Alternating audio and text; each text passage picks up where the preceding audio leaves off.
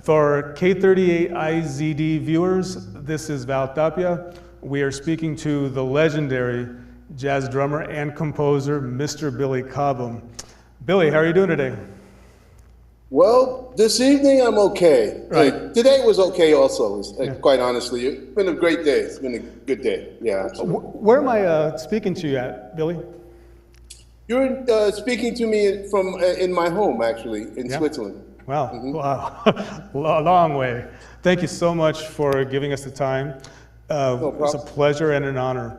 Let's go ahead and get started. This show that's coming here to the Mesa Arts Center is actually going to be a culmination, if you will, of a workshop that you're doing from July 16th through the 21st.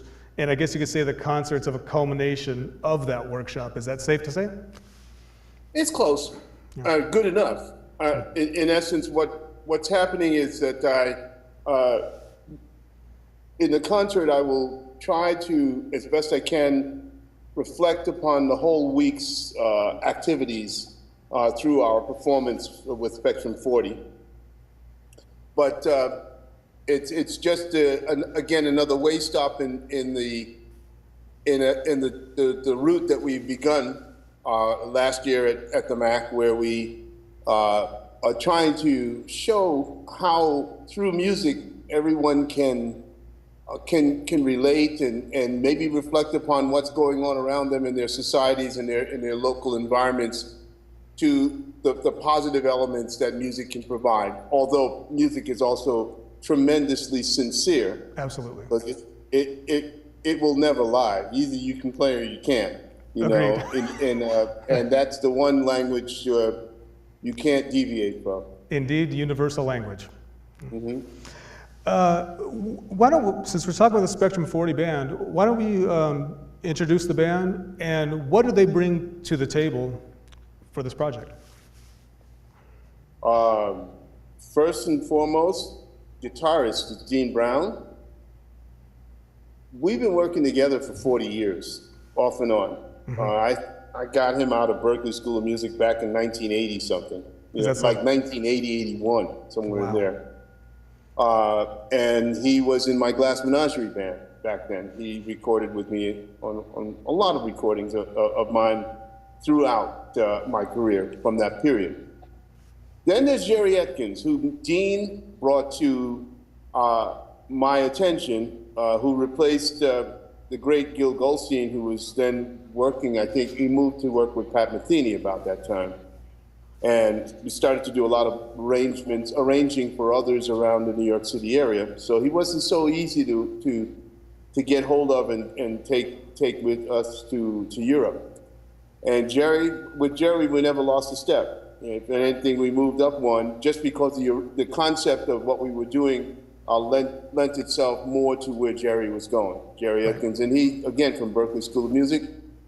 Since then, he's worked with just about everybody, and ending his longest stint was with the Tonight Show band in Los Angeles under Jay Leno for many, many years.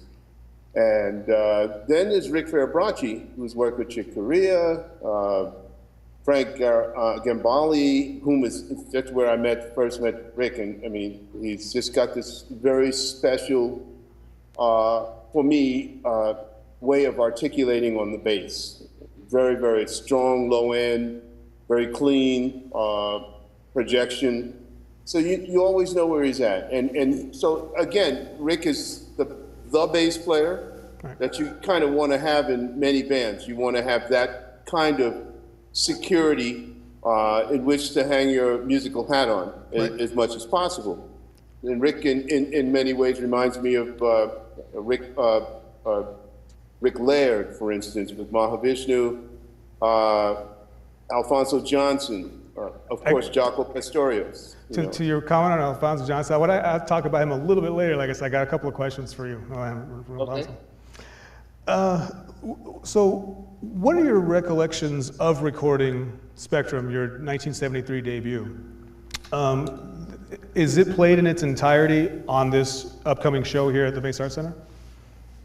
It will not be played in its entirety, I don't think. We'll be doing A few things from other recordings that I've done, like the Warning album, where we'll play "Go For It" and we'll do "Mosaic" and "Dancer" and that kind of stuff. So I'm putting in 4 pieces that we didn't play last year. Right.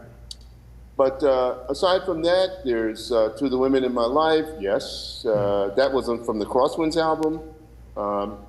Oh, well, no, it wasn't. It was from Spectrum, and it was Lily, it's from Spectrum. But now, "To the Women in My Life" used to be an introduction. Right. Now it's a full piece.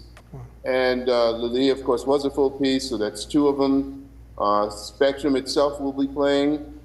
So we kind of cover most of the bases on the record, because there wasn't a lot of songs on that record. Yeah. So your loyal fans here will be pleasantly surprised by the set list.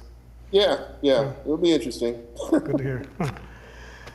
I read I saw about a 3-year-old video of an interview that you stated that your influences are not really drummers, they're more big bands. Is that correct?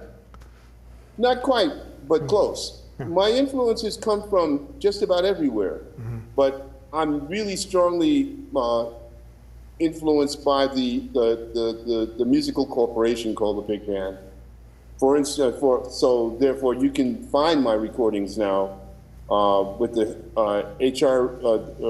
the Frankfurt Radio Big Band. I've just made a project. I've just finished a project with the Guy Barker Big Band at Ronnie Scott's that we played live for about a week, about 2 weeks ago. It's gone by so fast. It was so much fun, and it was more of the normal, everyday. Blue-collar big band, about 17 pieces, including the rhythm section, but it was my rhythm section plugged into their big band.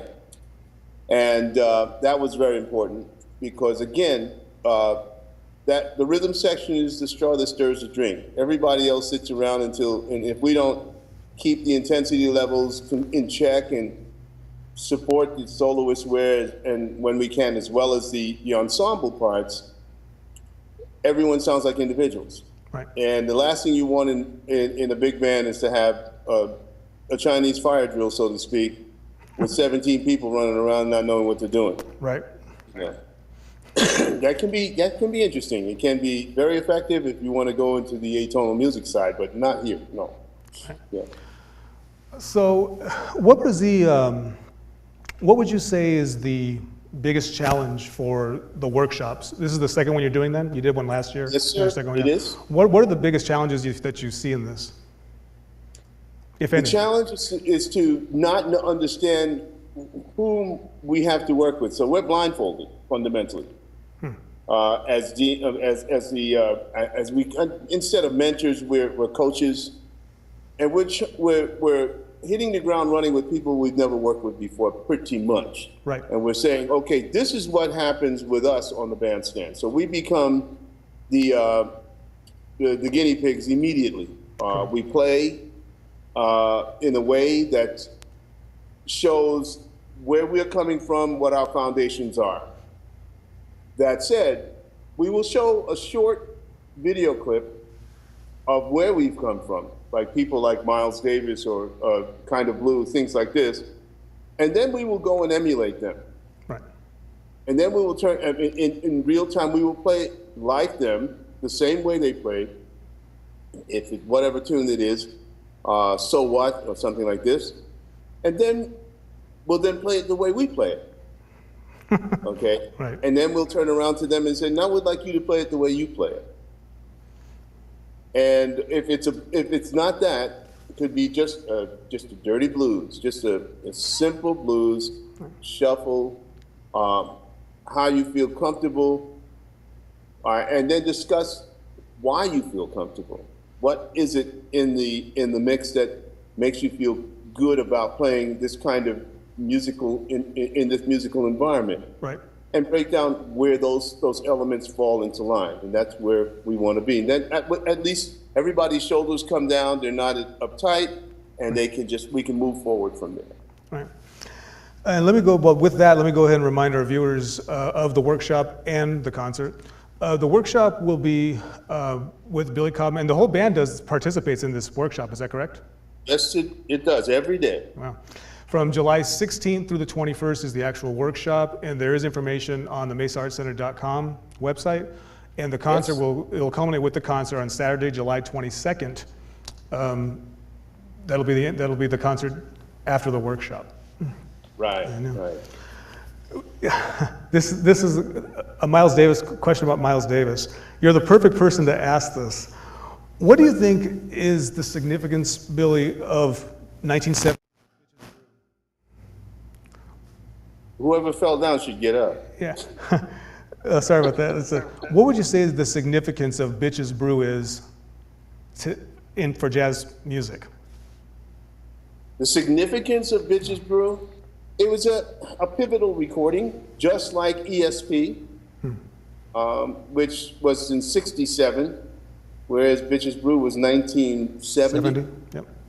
And a lot of adjustments had been made by Miles and his musical followers, those people who supported his ideas and concepts over that 3-year period. And so you can hear the way that the artists, the musicians whom he chose to play, treat the direction and create the direction for the music that they come across as working as a group. It's a very difficult thing to assess in any other way for me. I feel when I listen to ESP, I hear kind of boogaloo, kind of tiptoeing through the eggshells, don't want to cause it, but we're moving from jazz, from the cool thing, actually death of the cool at that point, right? Dying into this kind of pseudo rock, jazz-esque, which ends up being called, it's a mild version of fusion. It's just beginning. And when we get to 1970, it's full blast in the way that he would do. So there's a whole lot of different things coming, colors and all of that. And it kind of reflects many of the bands who were not even sure what they were doing at the time, but this was a much clearer picture that Miles presented to the world of where the music was going in terms of fusion, because it was Paul Winter consort. He had 1 million people on the bandstand with different instruments doing God knows what, but it all sounded beautiful, especially when he played soprano sax, and he was right in the middle of it all. It's almost like the line that went through the quilt to make the whole thing a quilt. It was a really beautiful thing to hear, and at the Fillmore it was great. It was great what they did, and you could hear that it's like, I wish it was all recorded live with Paul on the same recording, because then you'd hear the difference in the approach between Miles live at the Fillmore and Paul Horn, who was closing the show that night to Miles, because he had so much gear on stage. There was no chance for him to open the act, to be the opening act. But goodness gracious, with David Darling and all those guys, it was off the hook, man. It was great. It was a wonderful night, as were most of the nights that I've ever attended at the Fillmore East. It was amazing. So with that, if you don't mind, I'd like to ask you about another record you participated in with Miles Davis, Jack Johnson, which was the year later, 1971. Yeah, well, that was a mistake. It was, we didn't rehearse that. That just came out. That was just on the spot. Started with McLaughlin being Peck's bad boy, so to speak, and not doing what he was told to do, which was not to play between takes. And it felt good. He was thinking about some things to do, which we ended up playing in the Mahavishnu Orchestra. Right.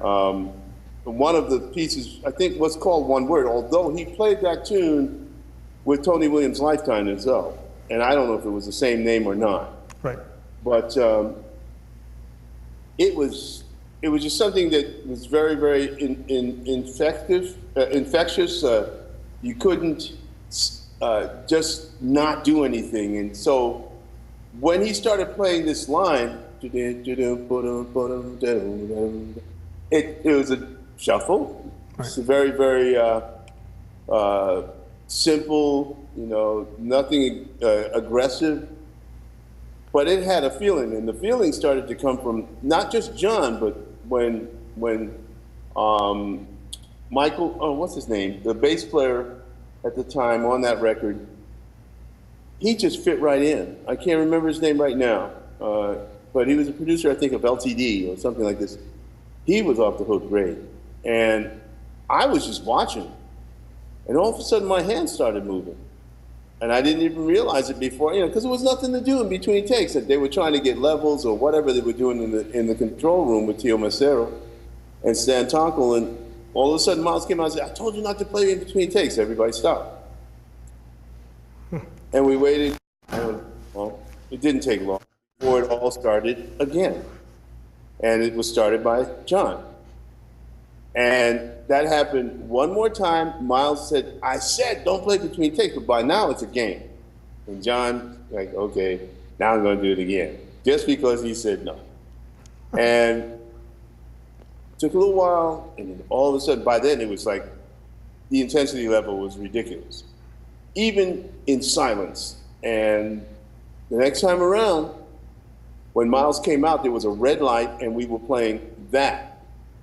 And we never played the music that we rehearsed the night before at all. And in the process, in the middle of all of that, in walks Herbie Hancock. Wow. With 2 bags of groceries and a Fat Albert Rotunda album under his arm to give to Miles. And Miles points at him and says, "Play."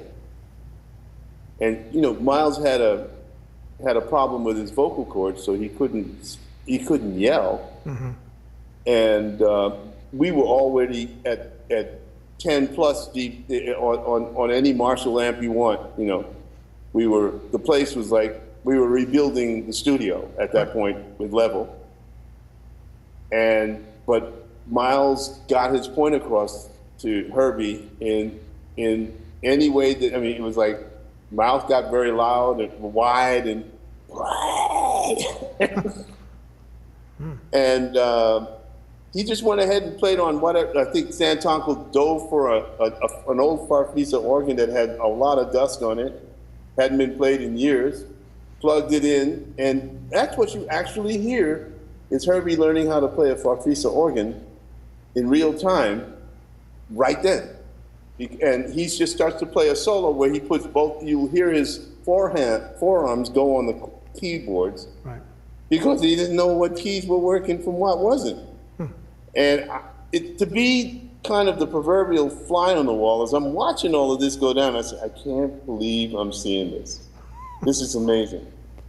And what's coming out while he's doing all of that is well, it's Herbie.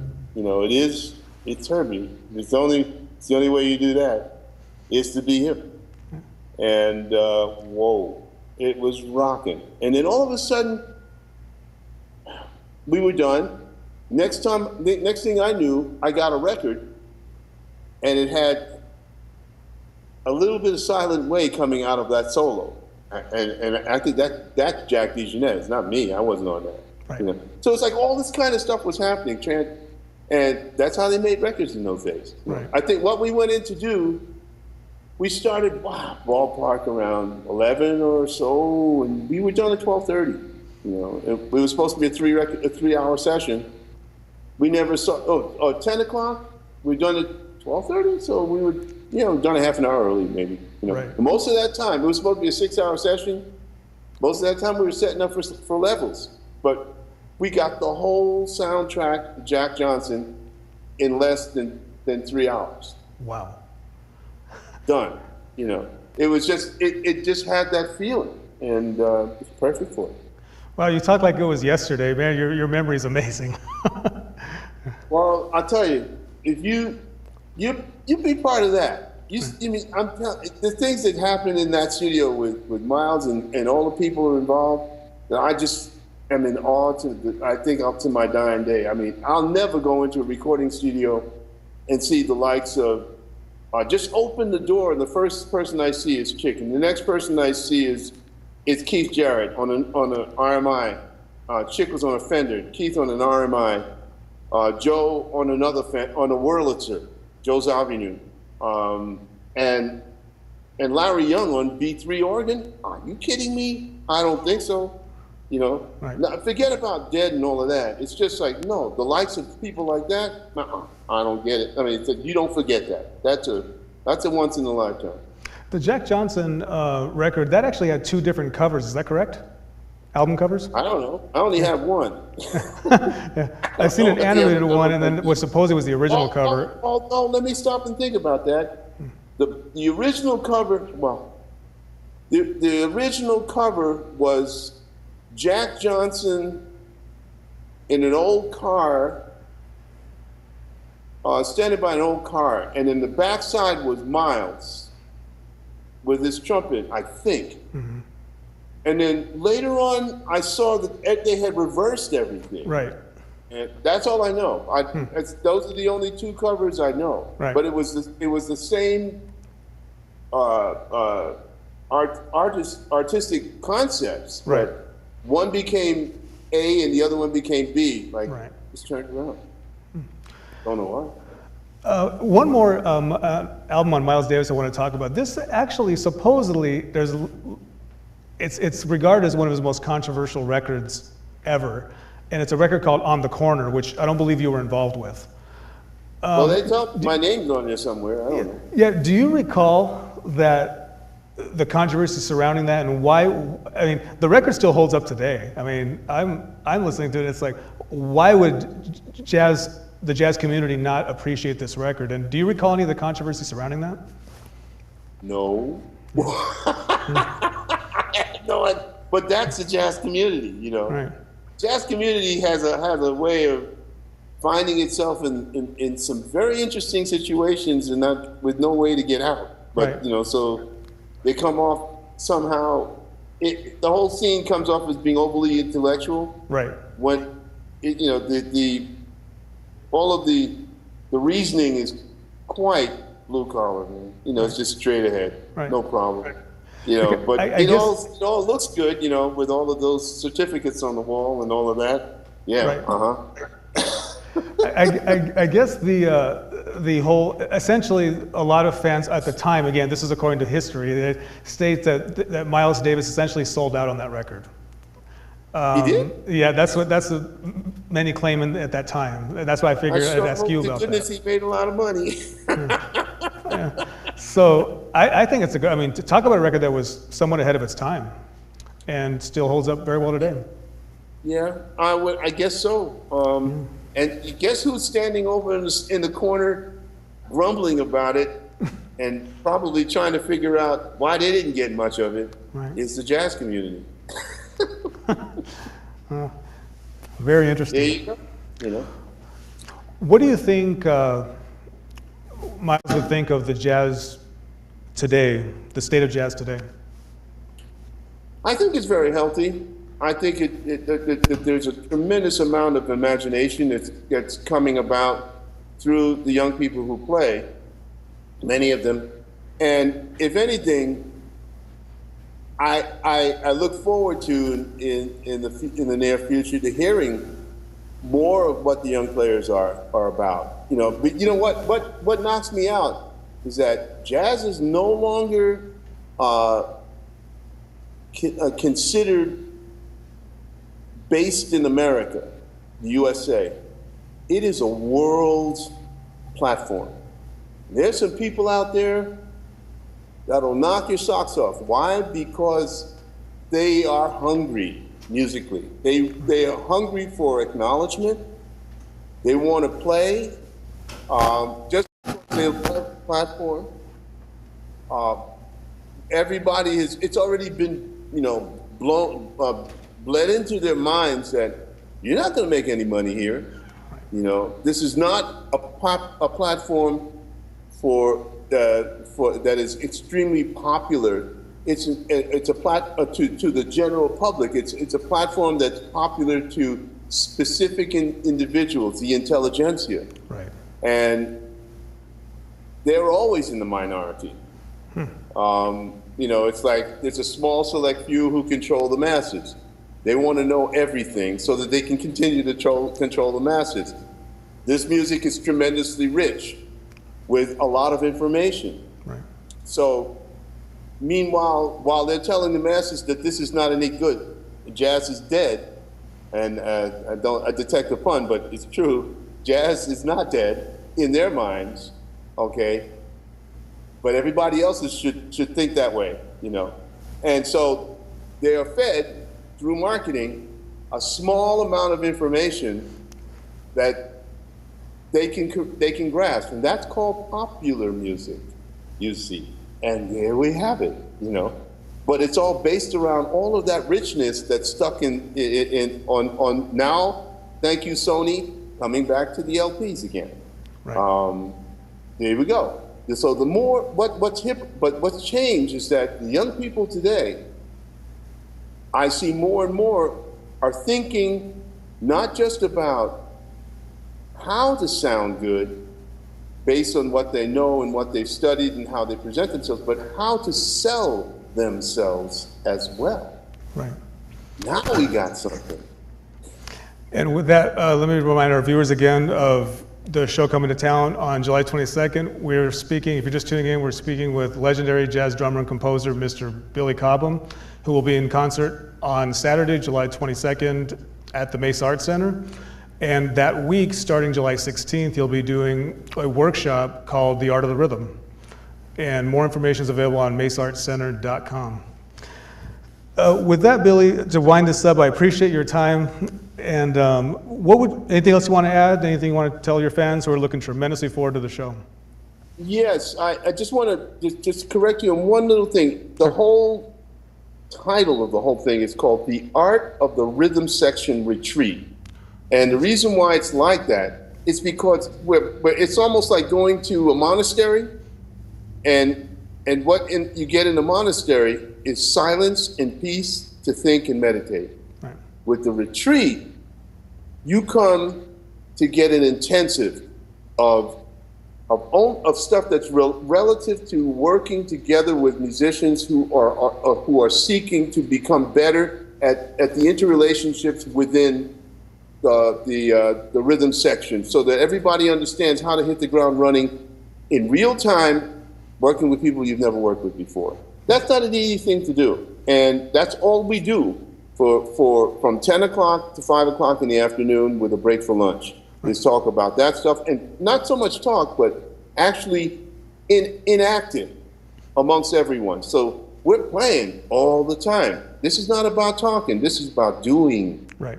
And that's why it's, you know, I make it a retreat, and we are coaches. We're coming to show how we do to help those who are interested to be better at that, play better. You know, we're not telling you no, and we're going to prove it to you in real time. So this is more for intermediate players as opposed to beginners. It's for people, for young people, and I'm telling you, there's some 11-year-olds and 12-year-olds, 13-year-olds, right, who are definitely not beginners, right, who can play, and they can play on any professional level you want right now. And the workshop spans all ages, correct? Yes, it does. But when you come, be prepared to stand up to the test, because there's some people in there that are younger than you. I remember a guy last year who was in his 70s. Forget his name. When he finally when the light bulb went on as to what he had to do, he said, "What? That's it? You mean all these years I've been?" And the little 11-year-old said, "Yeah, well, you better get it together. You don't have much time left." Right. And everybody fell down laughing, but it was the truth. Well, we're looking tremendously forward to this, Billy. Like I said, thank you so much for your time. It's been a pleasure going through this, and I think your fans will really looking forward to seeing you again this year. Pleasure. Take care. Okay, you too. Bye-bye. Bye-bye.